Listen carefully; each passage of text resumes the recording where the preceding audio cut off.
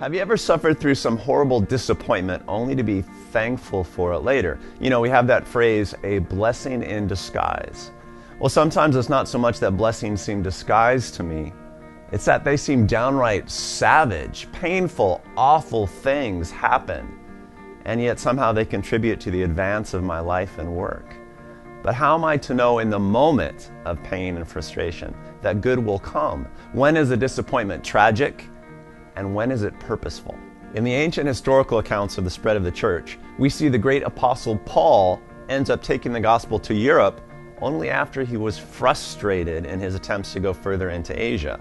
And in one of the greater miracle stories, he gets flogged and thrown into prison for freeing a slave girl from a demon, only to then be freed from his chains and his prison cell by a supernatural earthquake, only to choose to remain in that prison cell in order to convert the jailer, only to reveal to the townsfolk after the fact that he was technically a Roman citizen and therefore legally protected from the flogging and imprisonment he had received.